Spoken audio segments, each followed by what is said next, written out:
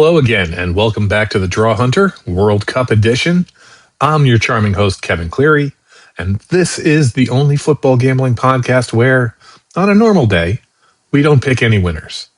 But this is the World Cup, so we are picking winners and draws for the duration of the tournament. And boy, do we have a lot to talk about since the group stage just ended today. Not about that goal Messi just scored or what Harry Kane did yesterday, but about my record for World Cup group stage betting picks.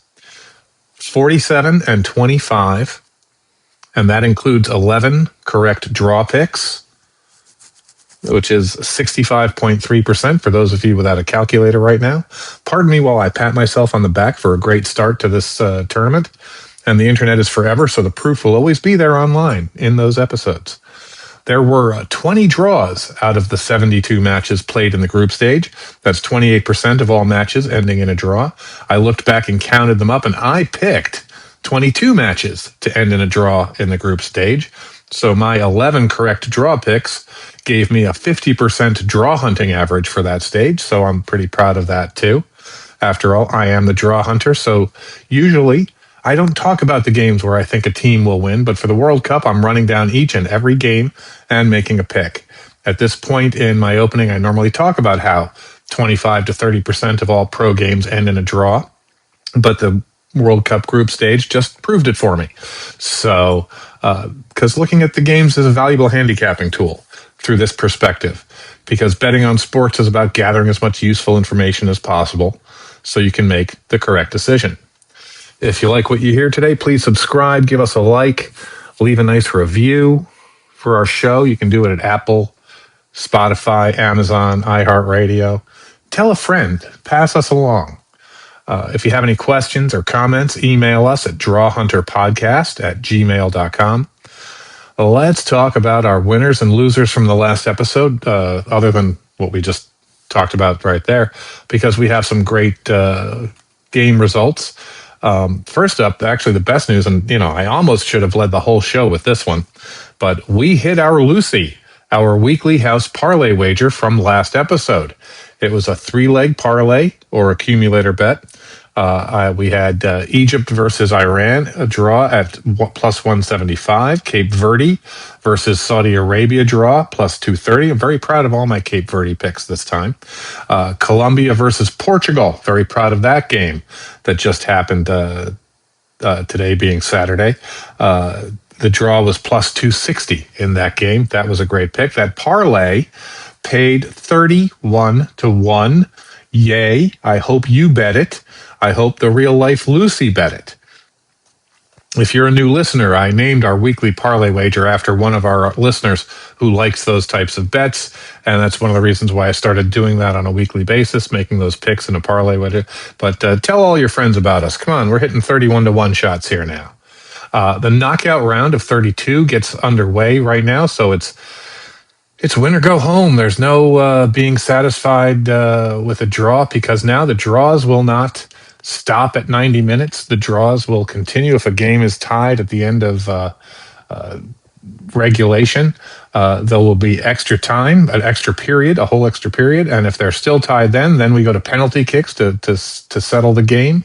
But that doesn't matter to us, because if we're picking a game as a draw, the bookies and the bets they pay at what the 90-minute result is in regulation. So if they end in a draw before the extra time and penalties phase, we still get paid. So there we go.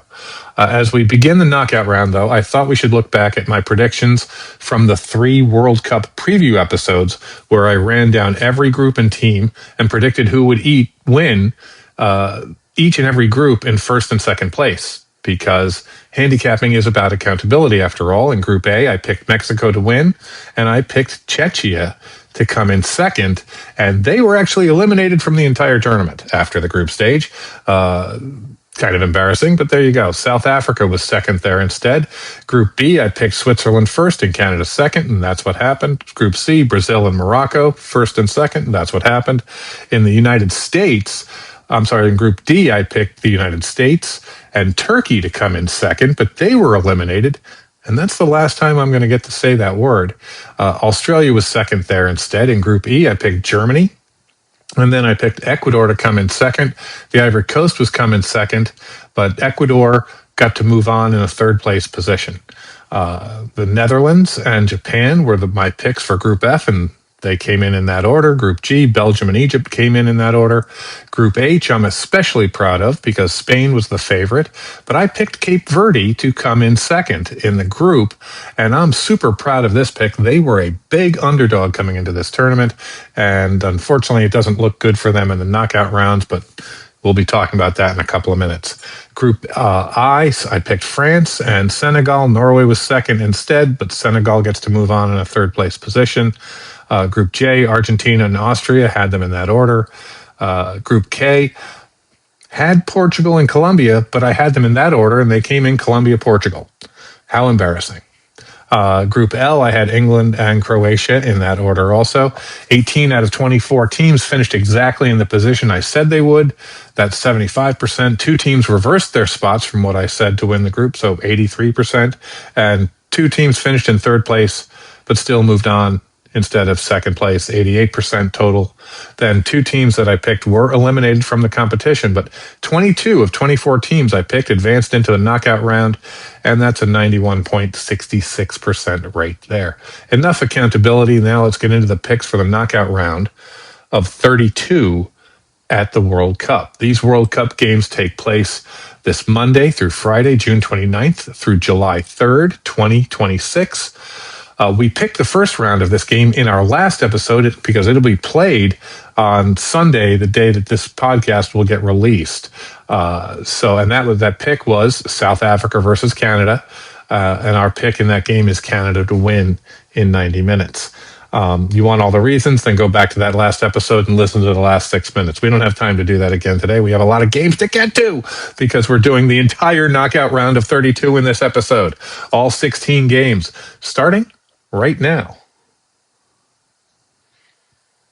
First up, Monday, June 29th, we have Brazil versus Japan. They're playing at NRG Stadium in Houston, Texas. Brazil is the heavy favorite here. They're minus 144 at the books. Japan is plus 400. The draw is plus 270. Ball possession rates, Brazil's at 54%. Japan's at 51%. Brazil scored 7 goals so far. They've allowed 1. Japan scored 7 goals so far, but they've allowed 3 goals scored on them. Their results so far, Brazil drew versus Mexico and won 2 other games. Japan had 2 draws and a win, including a big one, 4-0 against Tunisia. And a really strong draw of 2-2 against the Netherlands, and another one against Sweden also, I should say, 1-1. But Brazil are one of the tournament's most statistically dominant sides here. So far, they've got high possession rate, elite chance creation, and only 1 goal conceded. Japan's draw with the Netherlands shows they can punch above their weight, but their defensive structure is unlikely to withstand Brazil's layered attack. This is one of the games that I'm not that concerned about when I make a pick, and my pick is Brazil to win in 90 minutes. Next up, we've got Germany versus Paraguay, also on Monday. This game's being played at Gillette Stadium in Foxborough, Massachusetts. Germany is minus 270. Paraguay is plus 750. The draw is plus 380. Germany has the ball about 62% of the time. Paraguay has it about 33 or 34% of the time. Germany has scored 10 goals this tournament so far. They've allowed 4. Paraguay has scored 2. They've allowed 4. Germany beat Curacao 7-1 in one of the most dominant results of the tournament so far. Ivory Coast, they beat them 2-1, and Ecuador, they lost 2-1 at the very last second for a game that I had picked to end in a draw, and we literally lost in the last 30 seconds with that last-minute Ecuador game, and they were really gutsy in that game. They put on Germany wasn't really trying to win because they'd already locked it up and were moving on, but they put them to the wall. They did put Germany to the wall there. Paraguay lost to the U.S. 4-1. Turkey, they won 1-0. In Australia, they had a draw with 0-0. But Paraguay have conceded 8 goals in 3 matches, and their defensive structure is not suited to Germany's high tempo, high possession approach. This is a heavy mismatch. Our pick is Germany. Next up on Monday, the Netherlands versus Morocco, which I think will be a very entertaining game. This one's being played at Estadio BBVA in Monterrey, Mexico. The Netherlands are plus 110. Morocco is plus 260. The draw is plus 230. Ball possession rates are very close here. The Netherlands has it 61% of the time. Morocco is at 59%. The Netherlands have scored 10 goals this season also. We just heard that in the last game. They've allowed 4 scored. Morocco has scored 6 goals. They've allowed 3. The Netherlands drew with Japan in a gutsy game by Japan 2-2. Sweden, they beat them 5-1. Tunisia, they beat them 3-1. Morocco drew with Brazil. They beat Scotland, and they beat Haiti. This is the first true high-value draw candidate of the knockout slate. Morocco has been one of the most balanced sides in the tournament. That draw they just had with Portugal early today was amazing. They are compact, they are disciplined, and they are opportunistic. They had twice as many shots on goal as Portugal did in that game. The Netherlands are talented, but they're inconsistent, and their 2-2 draw with Japan shows a little bit of defensive fragility. Morocco's ability to control the tempo and limit high-quality chances makes this a very tactically tight matchup. I think extra time is a real possibility here. So my pick is draw at 90, which is the main pick, and for a bonus pick, I'm picking Netherlands to win and advance in the tournament in extra time and or penalties. So it's actually, when I pick a draw, it's going to actually be a double pick because I'm also going to pick the ultimate winner to advance.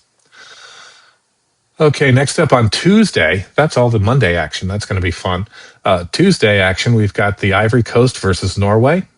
This game is being played at AT&T Stadium in Dallas, Texas. The Ivory Coast is plus 270. Norway is even money. The draw is plus 245. Ivory Coast has the ball about 50% of the time. So does Norway, 49%. Ivory Coast has scored 4 goals. They've allowed 2. Norway has scored 8, but they've allowed 7. We're expecting a lot more from Norway in this tournament. They've done well, but they've also struggled a little bit against some of the premier side when they played France, for example. The Ivory Coast actually beat Ecuador 1-0. Germany, they lost 2-1, and Curacao, they beat them 2-0. Norway versus Iraq, they beat them up 4-1. Senegal, they beat them 3-2, and to France, they lost 4-1. So I think this is going to be a low tempo, low possession matchup where both sides are comfortable without the ball. The Ivory Coast actually might have some of the better individual attackers here, but Norway's defensive structure has been one of the most consistent in the tournament. It really depends on what Erling Haaland does, I think. Both teams have played 3 straight 1-goal matches, and neither has conceded more than once in a game. Actually, that's not true. Norway gave up 2 goals against Senegal. This is a classic, game with compact shapes, few transitions, and long stretches of midfield wrestling. And in spite of all of this things where you probably think I'm going to call for a draw here, my pick is Norway to win in 90 minutes. Next up, France versus Sweden. This one's being played at MetLife Stadium, Giants Stadium, East Rutherford, New Jersey. Go Giants. France is the favorite here. They're one of the favorites to win the whole tournament. They're minus 357. Sweden is plus 900. The draw is plus 450. France has the ball about 55% of the time. Sweden had it about 49% of the time so far. France has scored 10 goals. They've allowed 2 to be scored through 3 games. Sweden has scored 7 goals, but they've been a little leaky. They allowed 7 goals to be scored also. So they're not underwater, but they're probably taking a couple of sips because it's so close. It's right there. France beat Senegal 3-1, beat Iraq 3-0. They beat Norway 4-1. They're on a roll. Sweden beat Tunisia 5-1. They lost to the Netherlands 5-1, and everyone was expecting a lot more from them in that game. And then they drew with Japan, who we literally can call the rising sun in this tournament with the gutsy performances that Japan delivered. But France have been elite in possession and in controlling every match that they have played. Sweden are organized, but they lack that punch to really threaten France consistently, as it was shown in several of their games. This is a match where France's midfield superiority should dictate the tempo, the territory, and the chance volume. Sweden's best pass is a deep block and set pieces, and maybe parking the bus if they get lucky and score early. But France's defensive numbers, only 2 goals conceded again, in 3 games against the elite players of the world. Make that, I think, a very narrow window. So my pick is France to win in 90 minutes. Next up, Mexico versus Ecuador. This is at Estadio Azteca in Mexico City. So the altitude will be fun for some of the players who are not used to it. And I'm talking about, actually, Mexico and Ecuador. There might be cultural balance. But Mexico is plus 110. They're the home favorite. Ecuador is plus 280. The draw is plus 215. Mexico have the ball about 50% of the time. Ecuador have been strong in possession at 55% through this tournament. Ecuador has scored 2 goals. They've allowed 2 goals to be scored. Mexico has kept a clean sheet throughout the group stage. They have scored 6 goals and they have allowed 0 goals scored against them. They beat South Africa 2-0, South Korea 1-0, and Czechia 3-0. Ecuador has, as I said, scored 2 goals. That gutsy, their real performance. They tied with Curacao 0-0. They beat Germany, and that's why they're here, 2-1 with that last-second goal score. Mexico's strengths in this game, well, they're perfect. 3 wins from 3 matches. They've got the tournament's best defensive record amongst Group A teams. No goals conceded, averaging 2 goals scored per match. They're comfortable controlling possession and tempo. Aguirre's side has looked extremely organized defensively, allowing very few clear scoring chances even. Ecuador's strength, well, the headline result is undoubtedly that 2-1 victory over Germany. They've demonstrated they can compete with the elite opposition. They are a physically strong midfield, capable of disrupting possession-heavy teams.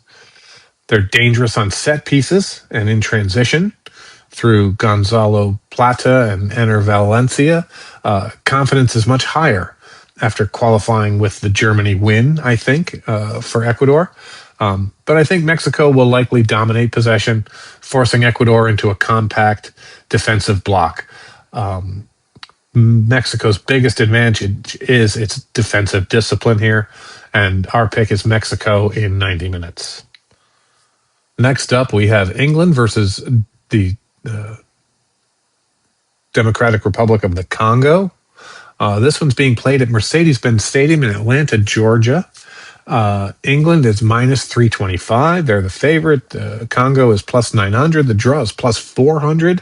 Holy moly. England has the ball about 61% of the time in this tournament. Congo is at 42%.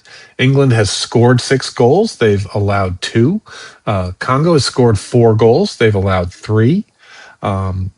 England beat Croatia 4-2. They tied with Ghana at 0-0. And then they beat Panama 2-0. The Congo drew with Portugal in round one, a shocking result, and showed that they can play with the big boys also. But then they lost to Colombia 1-0, and they beat up on Uzbekistan like just about everybody else did, 3-1. But England enters this round of 32 tie as one of the tournament's stronger sides, especially after finishing first in Group L with 7 points, scoring 6 goals while only conceding 2. Gareth Southgate's squad has shown excellent balance, controlling possession, limiting opponents' chances, and relying on the quality of players like Bellingham and Rice and Harry Kane and Saka. But the Congo has become one of the tournament's surprise stories. They earned a hard-fought draw against Portugal before defeating Uzbekistan to qualify for the knockout stage. They've demonstrated some resilience and athleticism and some dangerous counterattacking ability. Wissa and Meili have provided some pace and some finishing, while the midfield has worked tirelessly to disrupt some of their stronger opponents. I think England will likely dominate possession while attempting to stretch Congo with width and quick ball circulation. Congo will almost certainly defend with numbers behind the ball, looking to break quickly through Wissa and Bakumbu while attacking set pieces whenever possible. But England's advantages, they've got superior technical quality across every line here. They've got better passing accuracy and ball retention. They've got a greater squad depth. And they've got a lot of experience at this level, too. Congo might have some advantages. They've got some excellent team spirit and confidence, and they're very physically strong in the midfield. They're super dangerous on the counterattack. And they're comfortable playing without the ball, without possession. They're capable of frustrating some of the favorites, as shown in that draw with Portugal. But all of that said, our pick here is England in 90 minutes. Next up, we've got Belgium versus Senegal. This one's being played at Bank of America Stadium in Charlotte, North Carolina. Belgium is plus 120. Senegal is plus 240. The draw is plus 220. Belgium's had the ball 59% of the time. Senegal's had the ball 58% of the time. Belgium has scored 6 goals, giving up 2. Senegal has scored 8 goals, giving up 6. Belgium tied with Spain 1-1. They tied with Egypt 0-0, and then they beat New Zealand 5-1 and won Group G. Senegal lost to France. They lost to Norway, and they beat Iraq, and they qualified as one of the best third-place teams in this round of 32.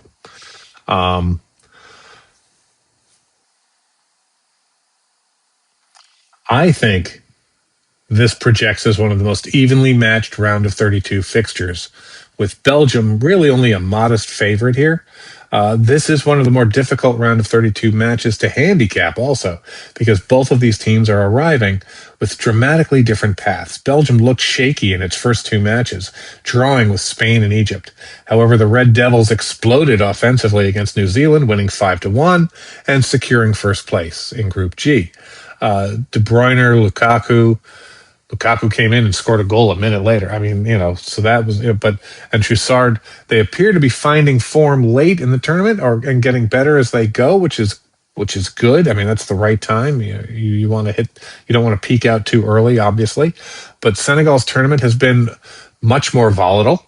A narrow loss to France and a heavy defeat to Norway put them in serious danger, but then they responded with a dominant 5-0 victory over Iraq, kind of like what Belgium did against New Zealand to secure knockout qualification. And these guys remain one of the most athletic and physically imposing teams in the tournament. Belgium will attempt to control possession through De Bruyne and Yuri, while using Troussard and Doku to create overloads in wide areas. Senegal is likely to concede possession willingly and attack in transition. Their pace, physicality, and pressing ability can create problems I think, for Belgium's, dare I say it, aging defensive core. Belgium's got some advantages. Their superior technical quality, more creative midfield. They've got greater possession control. They have a lot more experience in a situation like this. They've got proven goal scorers in Lukaku and Trossard. Finished top of a very difficult group. But Senegal's advantages, they've got a more athletic squad. They've got a strong counterattacking threat. They're dangerous on set pieces, and they can turn a match into a physical battle. And they've got less pressure entering this game as the underdog. Okay, so from a draw betting perspective, I think this is one of the more attractive round of 32 matches currently on the board. Belgium is the better footballing side, but Senegal's athleticism and defensive structure make a stalemate a very realistic outcome through 90 minutes. I think a match that stays level entering the final 30 minutes could become increasingly cautious. There's a risk aversion that takes place. Sometimes a lot of these managers do not mind going through extra time, tied, and settling it in penalty kicks. Okay, but I think all of that further enhances the draw value. So our pick here is a draw in 90, but Belgium to win it in extra time or penalty kicks. So that's the double pick of that game. Draw in 90, Belgium to win and advance. Belgium to advance, actually, is the technical the bookie's term. USA versus Bosnia-Herzegovina is next. And I forgot to look up the... Oh, I think they're in Seattle. They're in Seattle, Washington. The USA are the home team favorite here. They're minus 263. Bosnia-Herzegovina is plus 750. The draw is plus 360. Ball possession rates, the USA's been doing very well. They've had it 60% of the time. Bosnia's at 44% of the time. The US has scored 8 goals. They've allowed 4 scored. Bosnia scored 5 goals. They've allowed 6. The U.S. beat Paraguay 4-1. They beat Australia 2-0, and then they lost to Turkey 3-2. That was a gutty game from Turkey. Also, at least they went out on a high note. Bosnia drew with Canada. They lost to Switzerland 4-1, but they beat Qatar 3-1. Okay, but the USA have been a very high event team. They've scored 8 goals while conceding 4. Bosnia are the opposite. They've been the low event team, grinding out tight matches with minimal scoring. This creates, I think, a very stylistic tension. USA push tempo, Bosnia slow it down. The draw angle here, I think, is moderate, especially if Bosnia succeed in dragging the match into a slower rhythm, but I think the USA's attacking volume gives them the higher win probability here, so my pick is the USA to win in 90. And that wraps up Wednesday's games. Now we're going to go on to Thursday.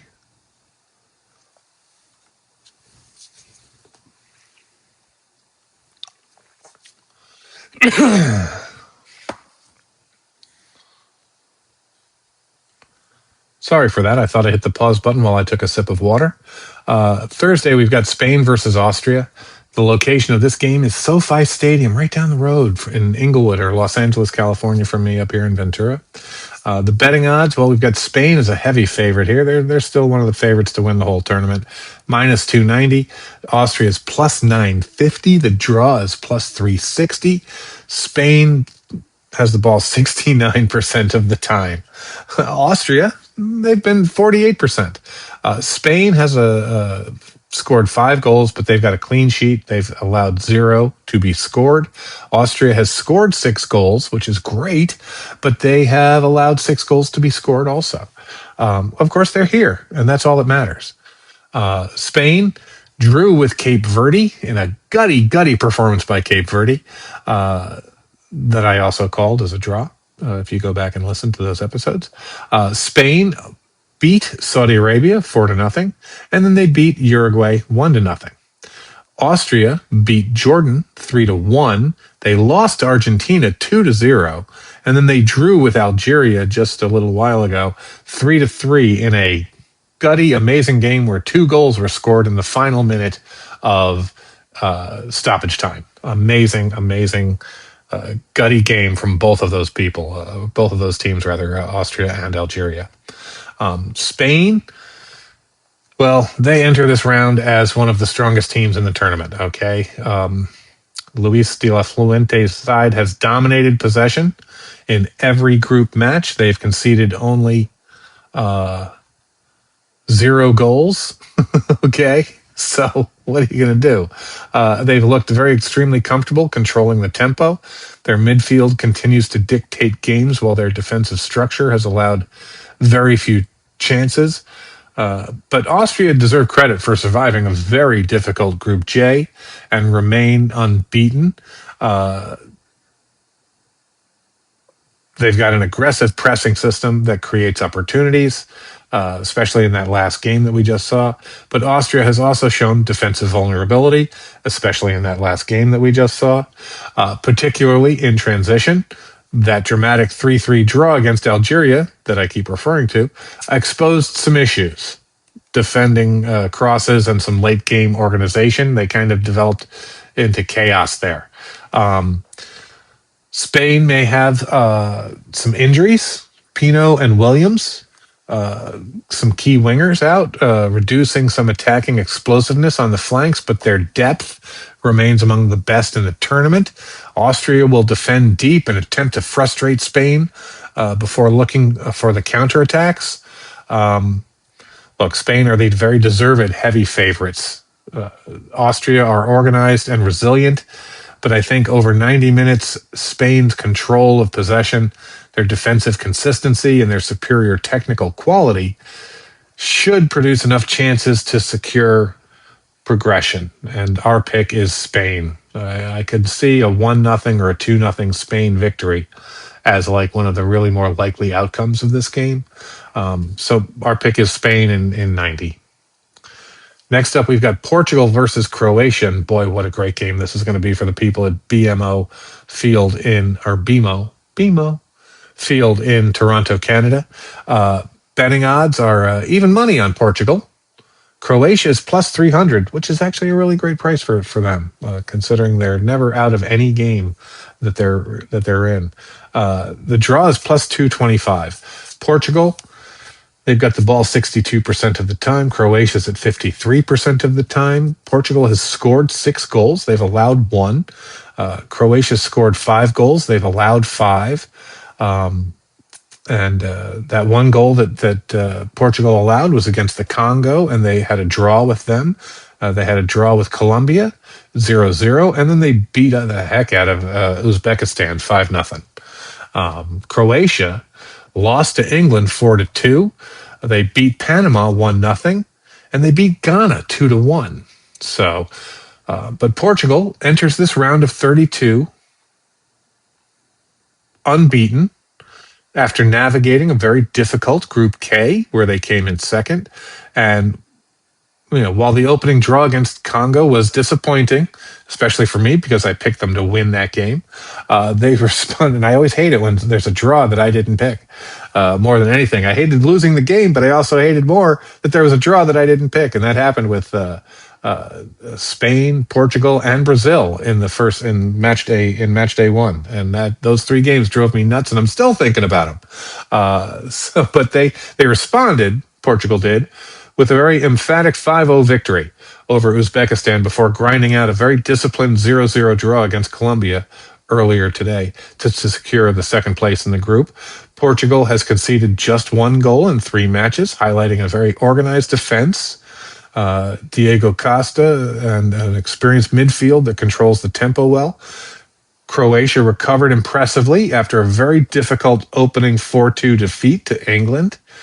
Consecutive victories over Panama and Ghana showed much better defensive structure. And of course, Modric, the experienced leadership of someone like Luka Modric is always who's been here and done that in every tournament, in every major match, in club football, in national football. Croatia appears to be improving as the tournament progresses. something that we saw a little bit out of Belgium and a couple of others. But you know, which is also something that characterized several of its previous World Cup runs. They were getting a little better as they went. I think the possession edge here goes to Portugal. I think the defensive edge here goes to Portugal. I think the experience, they're pretty even. These two teams have been through this before, so there's really no like experience benefit for either team. I think, I think this is I think Croatia will defend compactly and attempt to frustrate Portugal before looking for a Modric-led transition. Portugal should dominate the ball, but they might struggle. They have struggled a few times. There have been 2 draws that Portugal had to create numerous clear-cut chances if Croatia remains disciplined throughout this. Croatia has not had a draw yet in this tournament. Portugal has had 2. Okay, I think either one of these teams would be happy to settle this game in penalties. So my pick is a draw at 90, but Portugal to win in extra time or penalty kicks. Okay. Draw at 90, Portugal to win. The double pick. Next up, we've got Switzerland versus Algeria. This game is being played at BC Place in Vancouver, Canada. The Swiss are the favorites. They're minus 140. Algeria is plus 380. The draw is plus 270. Switzerland have the ball 61% of the time. Algeria has had the ball about 63% of the time. The goals, they tell a different story. Switzerland has scored 7. They've allowed 3. Algeria has scored 5. They've allowed 7. Switzerland beat Bosnia 4-1. They drew with Qatar 1-1, and they beat Canada 2-1. Algeria had the unfortunate thing where Argentina beat Algeria 3-0. Algeria beat Jordan 2-1, and then they drew with Austria 3-3 in that gutty game that we were talking about earlier. Switzerland entered the round of 32 as deserved favorites after an impressive group stage that was built on some disciplined defending and some patient possession and some excellent midfield control. Their attack has been very efficient rather than explosive. And while the defense has conceded only a few times in 3 matches, Austria has earned one of the final 3rd place qualification spots thanks to an entertaining 3-3 draw with Austria that I keep referring to. The squad showed tremendous resilience and attacking quality, but there have been some defensive lapses that were evident through the group stage and in that last game. They conceded 6 goals in 3 matches. Switzerland have occasionally struggled to finish chances despite controlling the matches they've been in, which could allow Algeria to remain competitive if the Swiss fail to score early. Algeria's defensive line has looked vulnerable against technically gifted teams and has allowed too many high-quality chances. Switzerland deserve to be favored here based on their superior defensive record, their midfield control, and overall tournament consistency. So our pick is Switzerland in this game. Okay, finally, we've got Friday, July 3rd schedule. Australia versus Egypt is the first game on Friday. They're playing in Dallas, Texas at AT&T Stadium, the home of America's team, the Dallas Cowboys. Australia is plus 220. Egypt is plus 140. The draw is plus 200. Australia, 41%. Egypt, 54% when it comes to ball possession. Australia has scored 2 goals this season, or this tournament, and allowed 2 goals to be scored. Egypt has scored 5 goals. They've allowed 3. Australia beat Turkey 2-0. They lost 2-0 to the USA, and they drew with Paraguay 0-0. Egypt drew with Belgium 1-1. They beat New Zealand 3-1, and they drew 1-1 in their 3rd game. This is one of the closest statistical matchups of the entire knockout round. Both teams average very similar possession, similar goals scored, goals allowed, some similar match patterns, quite frankly, very low, tight, low margin games. Egypt have the stronger defensive metrics. Australia might have the slightly better transitional threat. I think this is a premium draw candidate, so my pick is a draw at 90 with a lot of risk aversion on both of these teams' parts. Draw at 90 and Australia to win in extra time or penalty kicks. I'm going with the Socceroos over the Lions, who are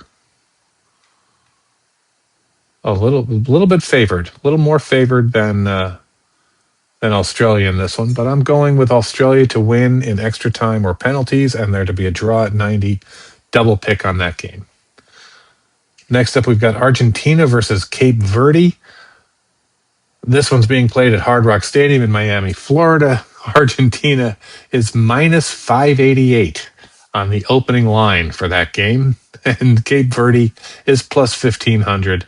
They're 15 to 1 to win this game. The draw is plus 600. Argentina has had the ball about 51% of the time. Cape Verde has been at 37%. Argentina has scored 5 goals in this tournament. They've allowed 0. Cape Verde has scored 2 goals in this tournament, and they have allowed 2 goals in this tournament. Argentina beat Algeria 3-0. They beat Austria 2-0, and then they tied Jordan 0-0. Cape Verde has had the Cinderella run of the tournament, and I'm glad that I'm very happy that I picked them. I thought they would do well, actually, considering all things considered. But they had a draw with Spain, 0-0. Talk about playing with the big boys. They had a draw with Uruguay, 2-2. And then they had a draw with Saudi Arabia, 0-0. And those 3 points got them into the tournament, into the knockout round of 32. Unfortunately, their Cinderella run is probably going to come to an end because Argentina who are still the defending World Cup champions until someone else is crowned next month. Argentina have been one of the most complete teams in the tournament.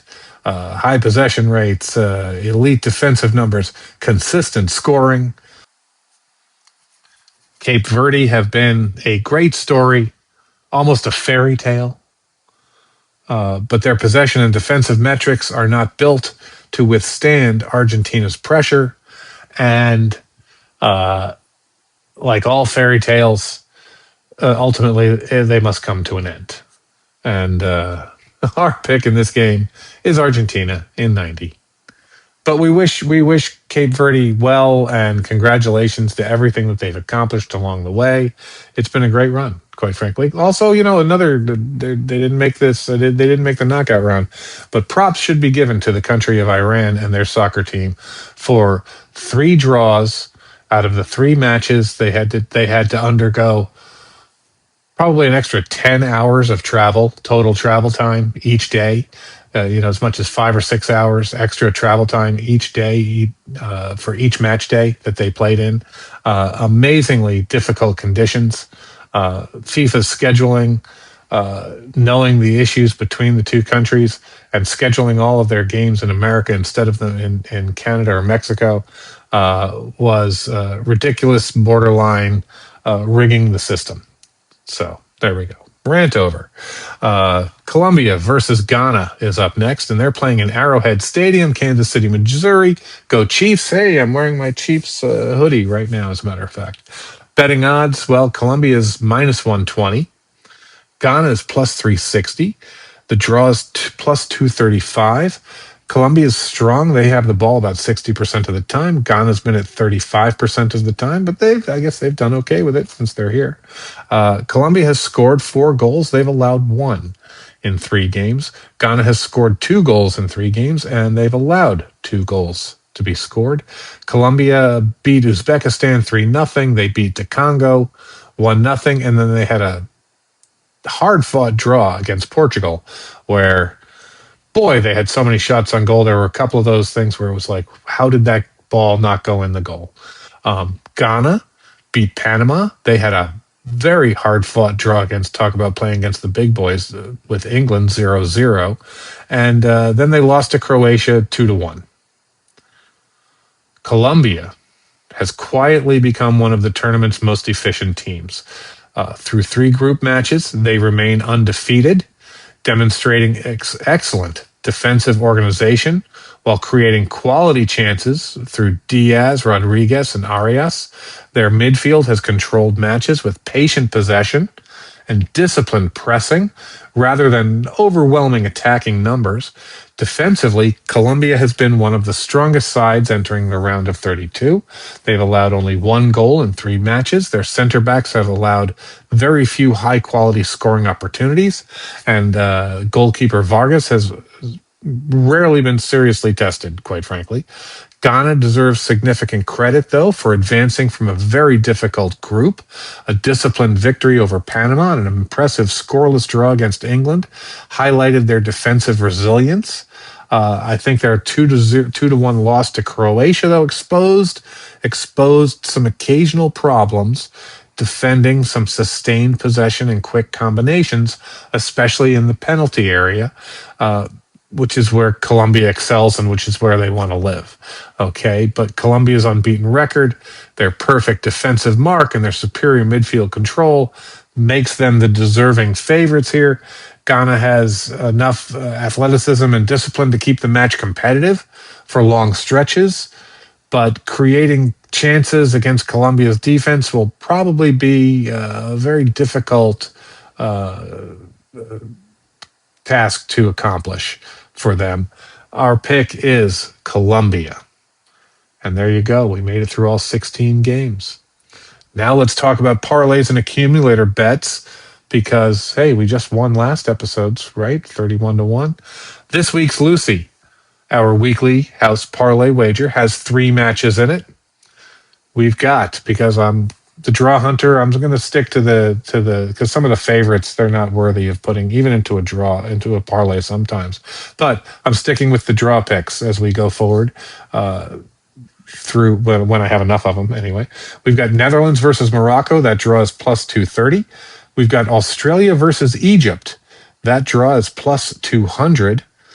And we've got Portugal versus Croatia.